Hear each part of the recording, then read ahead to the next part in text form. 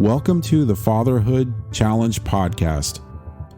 The Fatherhood Challenge is a movement to awaken and inspire fathers everywhere to take great pride in their role and to challenge society to understand how important fathers are to the stability of an environment and culture. We're going to encourage and challenge each other to step up and do courageous things that make our families and communities better places. So let's get to it. Thank you for joining me. It's always good to have you with me. I have a special guest with me. His name is Richard Bonjour, and he is a devoted father. And we're going to go into depth of just exactly what that means. We're going to take it to a whole different level, a whole different dimension. Richard is a very busy father. He is a nurse, and that is his career. He's also very active with his local church, along with everything else that goes on at home and in his community. A very busy person. And I'm so glad to have him on the show. Richard, thank you so much for joining me. Glad to be a part of this, Jonathan. When you first told me about what you were doing, it's like, I think I want to do something with that. So I appreciate it very much. In my intro here, I just kind of introduced you with so many hats that you wear. And that kind of leads into my first question a little bit, which is, with everything that you have going on, and this is a struggle I always have, and I'm sure it's a struggle that's very real for many fathers out there, is how do you manage to balance everything that you have going on without shortchanging that quality time with your kids? I think we could spend the rest of the day on that question. Very true. How do you manage time? Man, that has to be probably one of the hardest things a person gets involved in. When a person gets involved in things in their life. I'm pushing 60 years old, and I thought as I got older, my time would slow down. Yeah, not really. But probably the biggest thing that helps me out is, especially when I'm going to work in the morning, which is going to be a nurse. I work in a small hospital, and there's probably nobody around this. Well, probably nobody around this listening to this that hasn't heard of the word COVID yet. And times have gotten very busy in the hospital. I won't go into the intricacies of that because this is not the place for that kind of stuff.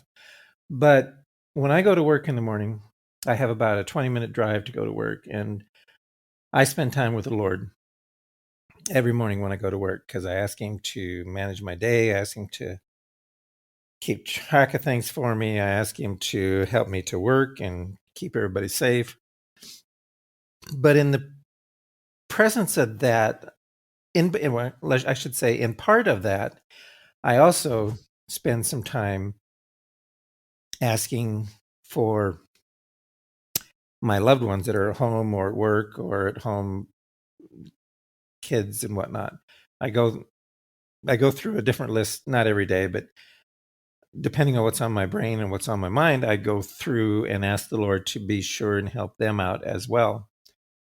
So I think probably it may sound kind of cliche, but I have the Lord plan my day. And if I'm stressed and if I'm at odds with myself, I ask for peace.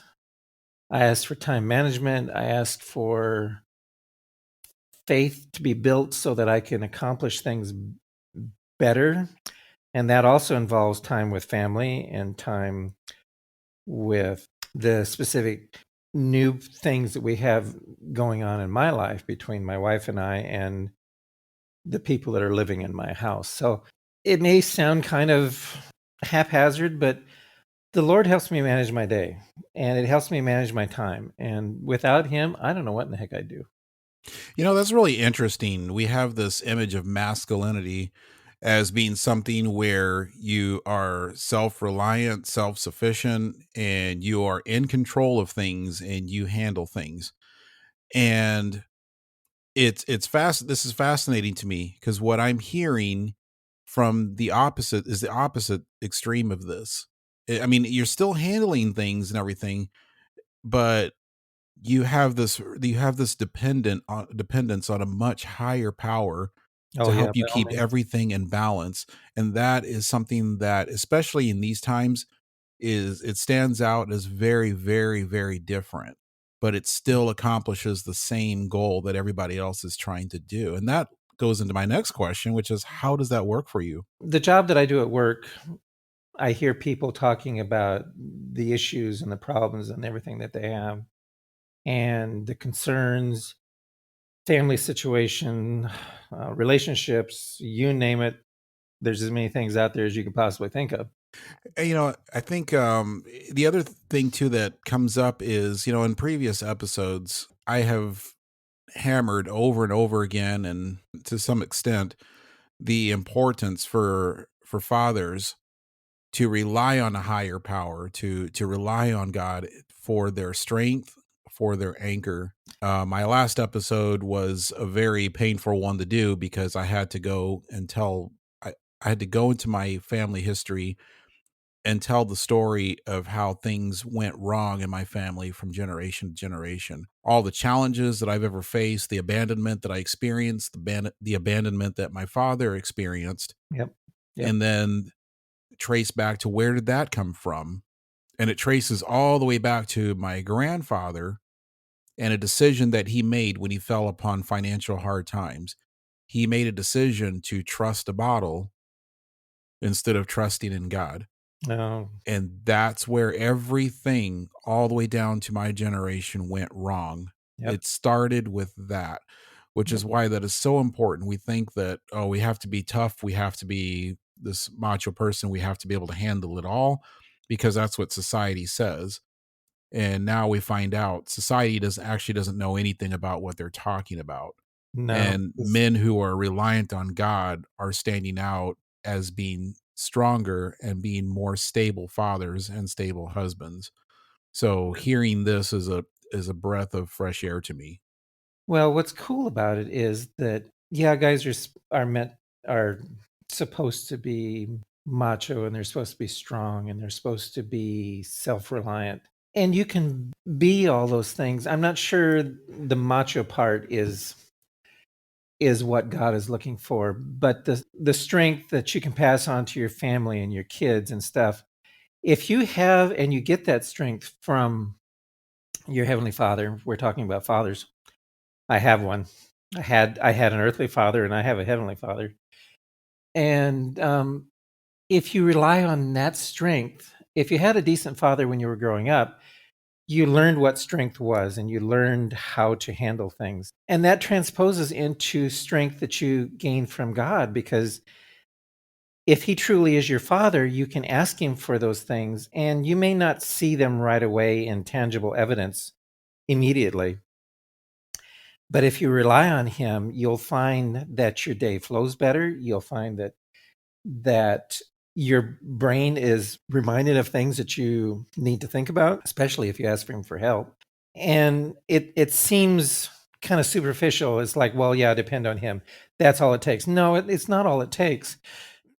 But if you work together and your father works with you or God works with you, you you start to feel the ability to not maybe do more than you were, but it all works in play in it all works into place like you never expected it to work before. It's like, oh, that's kind of cool. Where'd that come from? What I hear out of all of that is that there is a certain amount, if you're going to take this step and you're going to trust God and you're going to trust your heavenly Father to plan your day out, to guide you through your day, it doesn't work out really well without trust. At some No, it does point, not. you have to, after you have made that effort to reach out to him and connect with him, you have to let go when you can't visibly see him in front of your face, Right. when you can't hear him the way you hear another human being. Yeah. You have to rely on trust and have faith. And the funny thing is, my experience with that is when you do that, when you start at that point and you maintain that trust, not just after you said the prayer, okay, I trust he's gonna, but every single moment of the day, Mhm. you're practicing that trust. You have to because You'll actually see, and it's amazing. You will see that he's just a little bit of step ahead of you Yep. on every little thing, every little detail of your day. It's a really amazing thing. It's like every little morsel of trust is rewarded. And when you first start down that path, it's not an easy thing because we're told we have to stand on our own 2 feet. Well, Hmm. yeah, you're standing on your own 2 feet, but who's propping you up? And that's where you have to get because you don't it's not like talking to somebody face to face, but if you if you're constantly thinking, yeah, God's got my back, he's going to take care of this, and you let him show you how he can help. I mean, the devil will throw everything at you to keep you from trusting in God. But if you can put all that aside and still keep focusing on the fact that God is going to help me through this, you will find that he will, because he's told us that he will never leave our sides. Yeah, not we can't physically see, but if you spend time with him, then you'll be able to tell that he's there. I find too that one of the other rewards and benefits I get out of that trust relationship with God is uh is just peace, that sense of peace Yeah, that it's is. it's very true. And when you have that insight, like I said, it's much deeper than even just trust, because like I said, the peace is what goes in deep. And I don't care what human being I'm with or who I'm with, I don't experience that same level of peace that I do with my heavenly Father when I decide to actually just let go and trust every step of my day and practicing Yeah, uh, an awareness of his presence, being very conscious and aware at every point of my day that he is there with me, and actually trusting at every single moment, not just at the very, very beginning. right. It just results in peace. And then that peace turns into confidence, and it just snowballs from there. Well, and you asked about how that how that might work in helping out your family and the challenge to show them that. If you consistently do that for yourself, it will not maybe the word expand is not there, but if you start on that journey, your family will see that. They may not see it right away because they're so used to seeing a different side, especially if you've never done it before. But if you start down that journey, they will see a difference. And then they'll begin to wonder, it's like, what is different? And then they'll want to know what is different. And if you and your family continue down that path, it only has positive outcomes. It had there's no way it can have any less because I've seen it happen time and time again. Okay, so now we know your secret, your secret for your strength, and your motivation and what drives you through your day. And so now I'm going to go a little bit deeper, and I wanted to, and this is really what the show initially is about, is the fact that you are a surrogate father. And that is something, um, in social settings, in the mainstream media, you name it, nobody talks about this. And yet, when you look into it, it is so important. I have benefited from a series of surrogate fathers who have been in my life in the absence of a biological father. And it is to this day, I still benefit from it, which appalls me that no one else is talking about this. So we're going to talk about it here, but it is such a tremendous responsibility, um, especially in your case when you have such a busy life. So we kind of went in reverse with this, and we talked about, at the same time we also started in order, because God is first in your life. You start your day with God. Everything for you revolves around God from the very beginning, and everything goes outward from there in your life. I should say that it wasn't always that way. I'm almost 60 years old, and there were a number of years in my life when I didn't start my day that way. This process has been a learning experience over time.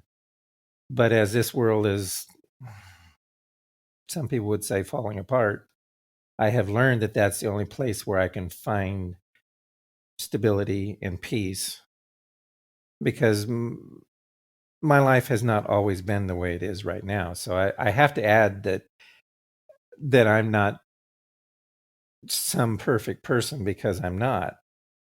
But if you spend the time, you will find that you will get the same kind of strength. That gives me a little bit of a clue to what gave you your strength to become a surrogate father. But how did that start for you? Kind of interesting. It kind of fell in my lap, so to speak. Not really, not physically. We'd had a young lady that was coming to church, and she came because she found a place where she could feel comfortable. And she was actually brought by another friend who was brought by another church member. And she came and she found something that she had never found before, and she didn't want to lose it. So she kept coming back and kept coming back to church. And we started inviting her over to our house, and she started feeling more comfortable. And we had helped her out with a couple situations. And she called me one day just in desperation, because she had 3 dogs that the people she was living with said either she got them out, came and got them, or he was going to kill them. So I wasn't sure what else to do, but she was just desperate. So I told her, I said, let's go get the dogs and bring them to the farm. And we found a place to put them. And she'd had car troubles at that point, so she kind of slowly started staying with us a little bit. And the more it progressed, the more potential issues she had. And she had some health concerns and those kind of things. So it kind of progressed to, it wasn't, it was a decision that my wife and I made, that we were going to let her stay with us no matter what. Her life started to change. I may be digressing from what you asked, Jonathan, but it was a decision that we made to just see where it went. But she started to realize that our home and our relationship between my wife and I was something that she had never ever found before, and she wanted to be a part of it.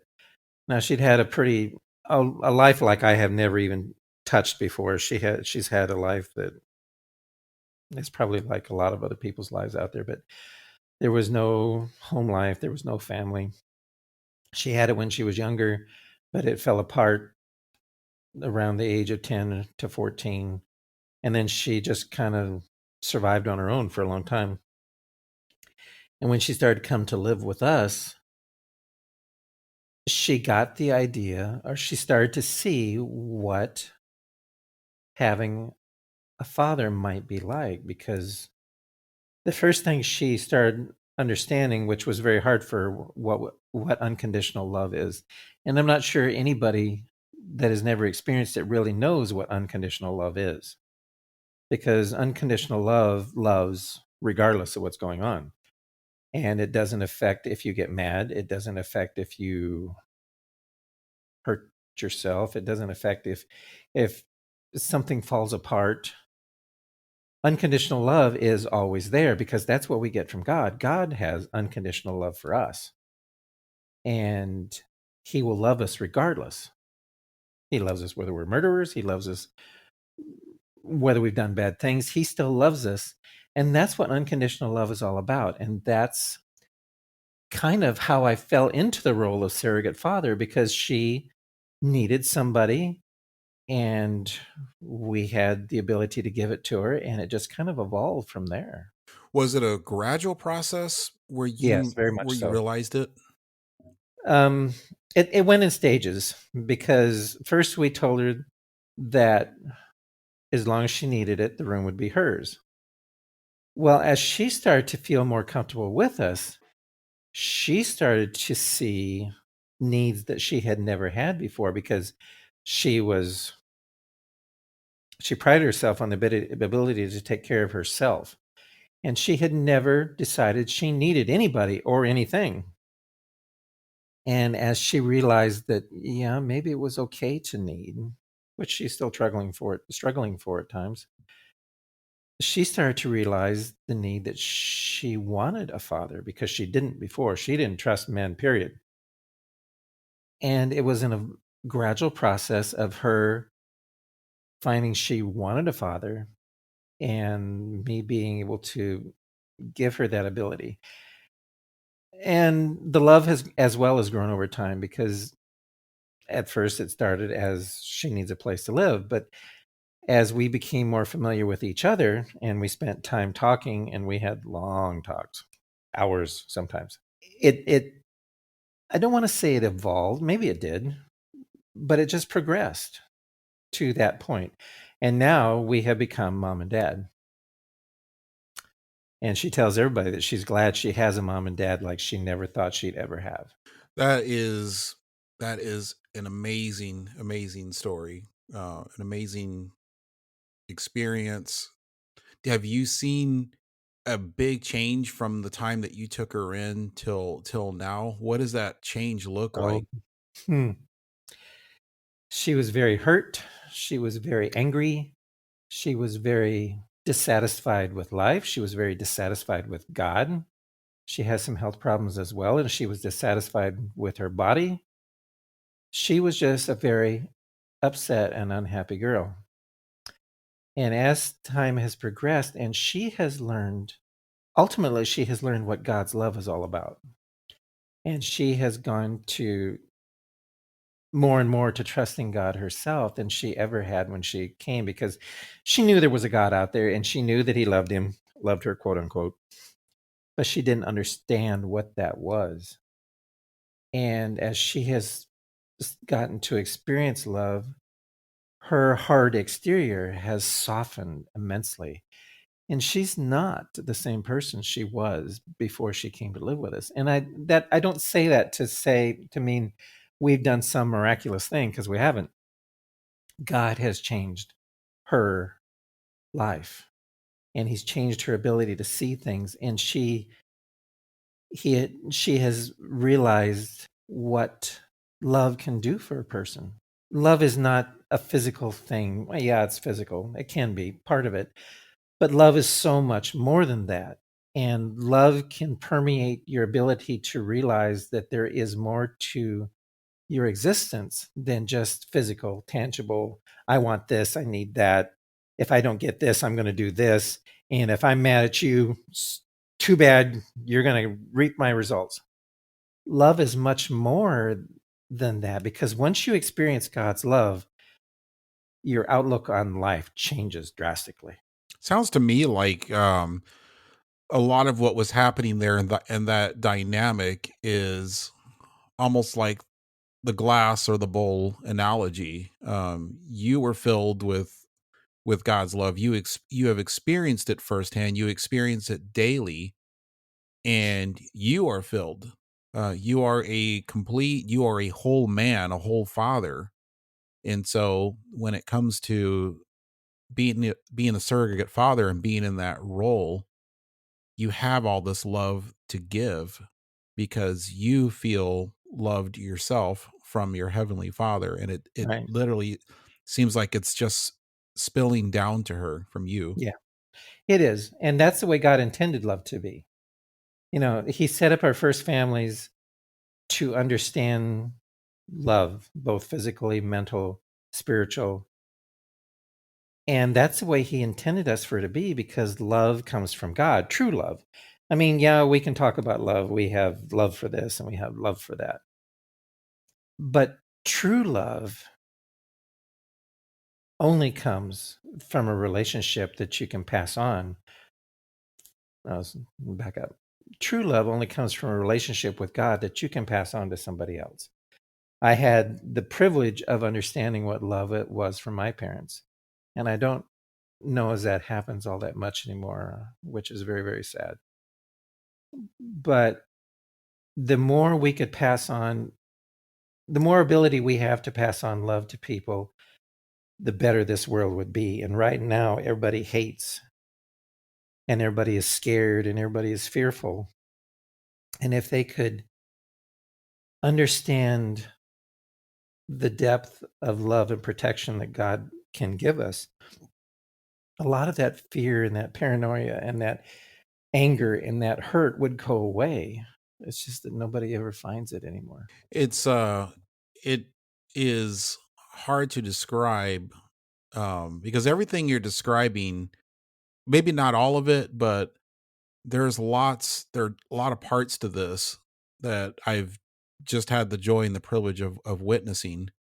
And I know she's told her story before, and in the setting where that happened, there was not a, at least that I could see, there was not a dry eye to be found No. anywhere in that place.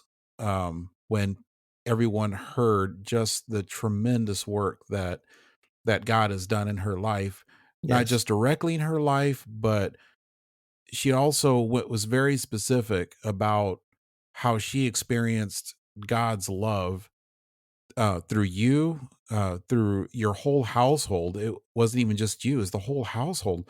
But this is kind of where it starts to become almost like a almost like a nuke bomb or a mushroom cloud that just goes outward and outward and outward. Because when we go back to it, and I hope I'm not making you uncomfortable with this, No. but you are responsible for creating the environment in your household that she benefits from, to where she not only has a surrogate father, she has a surrogate mother who loves Mm. her.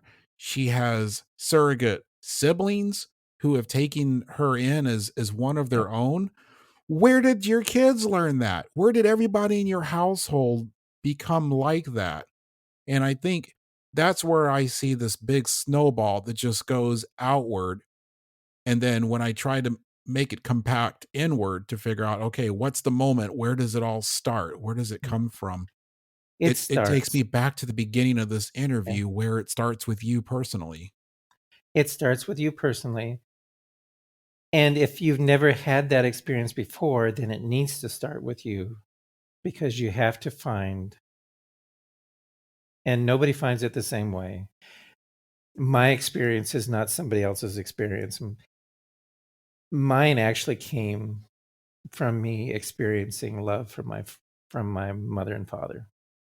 And I was blessed to already understand and be able to know what that meant, because to me, we live on a farm and it was started by my uncle and my dad. And it's kind of been there ever since, because the farm has always been our stability. But more than that, the stability that we learned about was from my folks. And my dad was a very spiritual person as well. And if you can use the phrase trickle down effect, that works, because we got to experience it firsthand. And all of my siblings and I wanted to make sure that we had that for our kids. So in some ways, it's come from me, but it's also come from my folks. And my kids haven't grown up the way I expected them to. I thought they would get it by osmosis. Nah. They've had their hard times as well. They've had their things that they've had to change, things that they've had to fix. Nobody's perfect, and I am certainly not perfect. But God's love transcends all of that. And if a person can experience that love, and I know it sounds archaic and I know it sounds like pie in the sky, but it truly is not, because if you can find it and you can pass it on, you get back as much as you gave, and it just keeps building and building and building and building.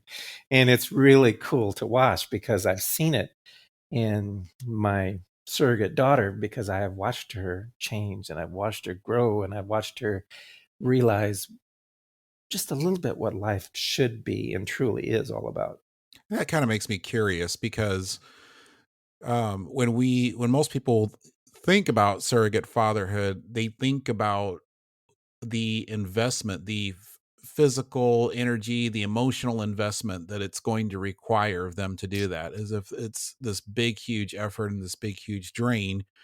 So the other question, intuitive question that goes into people's minds, and even has gone into my mind as well, is what are the benefits? What do you get out of this from start to finish? How does it benefit you? It's not, you were talking about benefits. It's not, how do you qualify benefits?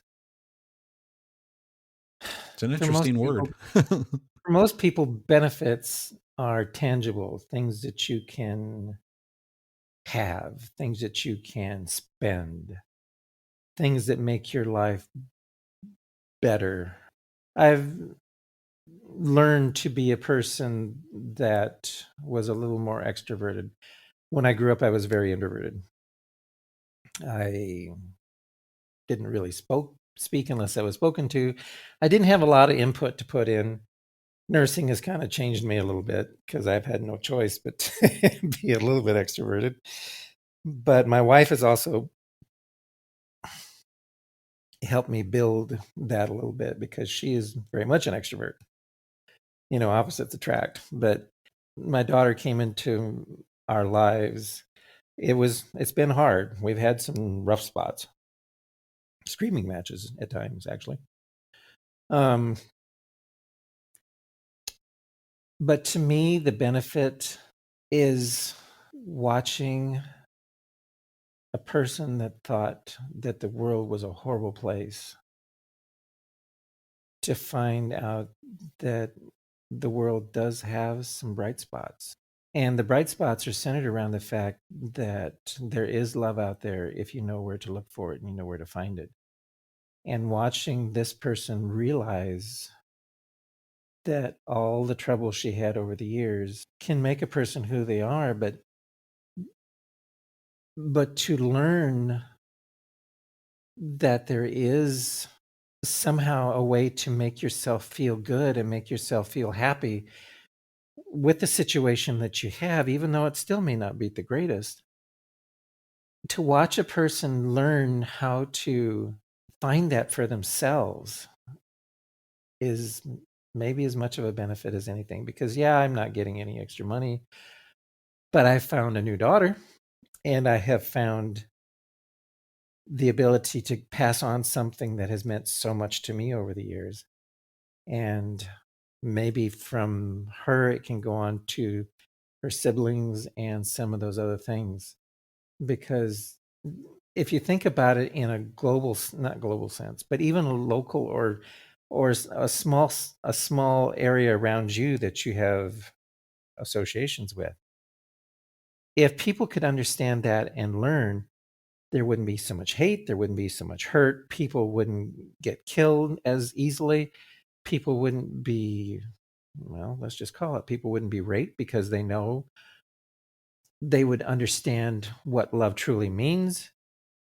They would know that fighting and ugliness is not the way to solve anything. But you don't see that much in the world anymore. Sounds to me like the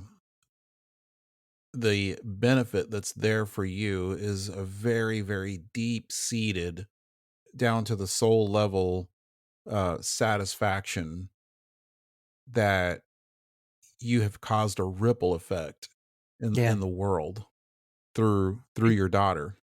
Between myself and my spouse and the people around us, we have been able to pass on something that we have found. And I hope the ripple gets bigger and bigger and bigger and bigger, because that would be cool. It's really fascinating. Like when your daughter's in a room anywhere, it doesn't matter who's in the room with her.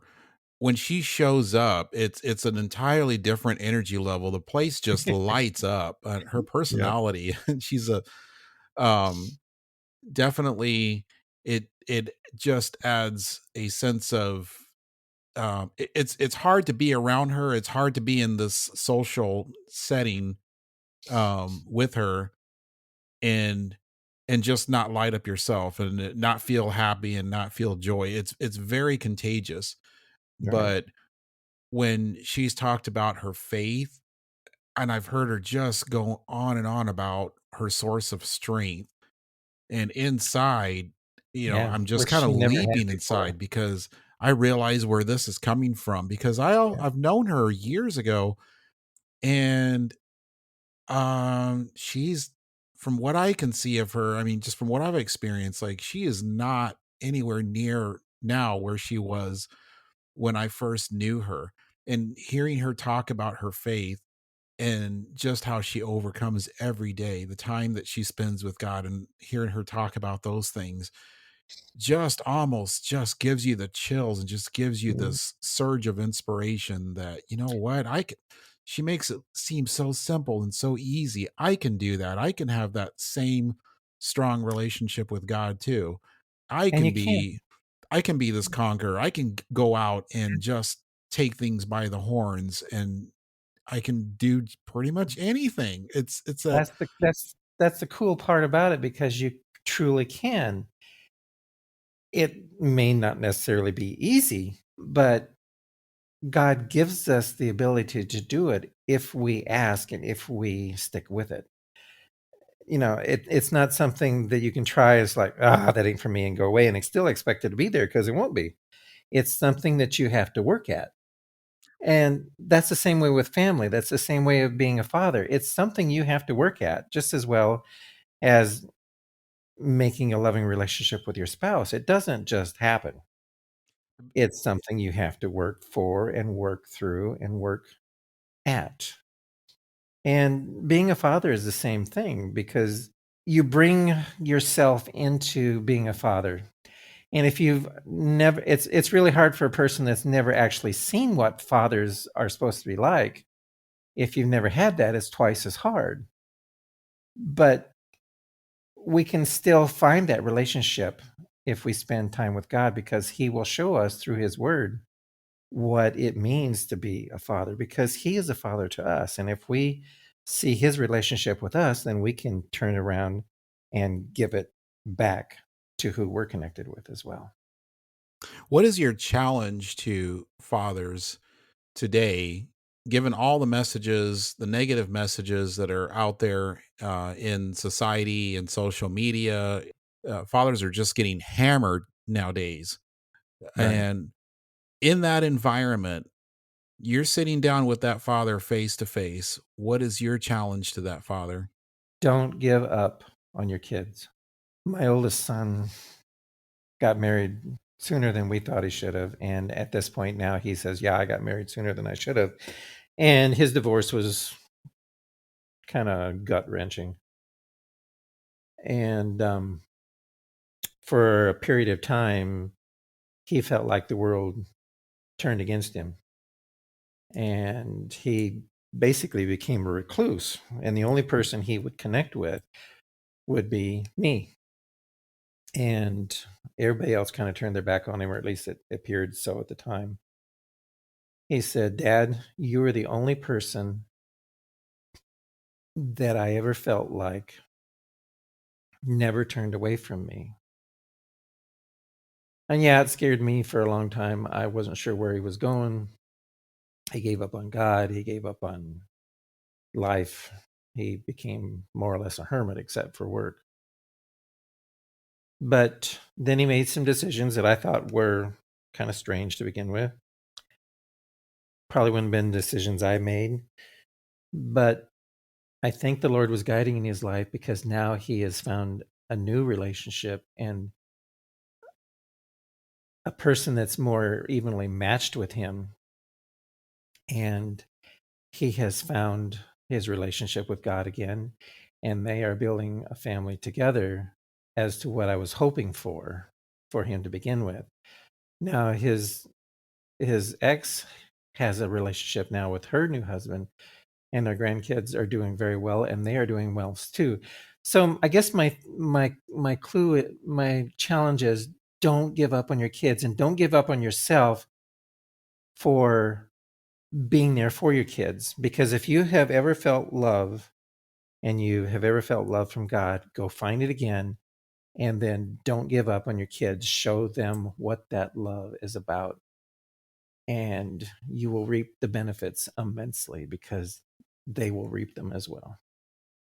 When I look back on all of this, your father had so much power and he wielded that power, but he wielded it for good. And it started with his source of power and his source of Yep. strength, which was Yep. his relationship with God. That went on from generation to generation because it went on to you, and it's gone on to your kids, and it's gone on to your daughter, and Yep. now it's going outward with everyone that their lives touch. hmm It is, and that's the cool part, because true love never stops in one spot. It continues to spread and it continues to grow because people are hungry for that. I can see it in the ER when they come in and they're hurting and they want somebody to care. And sometimes it's kind of hard to care because you are human as well. But if you hang on to that and are able to pass on that compassion and that concern, because that's what love is, true love. And every time you do that, it makes some person's world a little bit brighter. And especially for fathers, if they can pass that on, they will gain their kids versus losing them. That's so important. So important. I am so grateful for your time. I'm so grateful for this time that we've had to just chat and talk about some of the most important things in life. And It's not my wisdom, it's God's wisdom. absolutely. Absolutely. Thank you so much for your time. Thank you so much for being here. Thank you for everything you've shared. And thank you for just opening up a little bit of your life for us to learn from. It's really appreciated. And to you listening in, thank you so much for being here with me as well. It's always appreciated. It's always good to have you here. Thank you. Thank you for having me. If you enjoyed the show and are getting value out of it, there are 2 ways you can support this podcast. One is by hitting the follow option on your favorite listening app. This will make it easier to see all the episodes and receive notifications when a new episode is released. The other is by checking out some of the swag in our store. They make great gifts for the holiday, a birthday, or any reason, and they help spread the word about this great movement. The link to the store is in the show description below. Thank you for your support, and I'll see you in the next episode.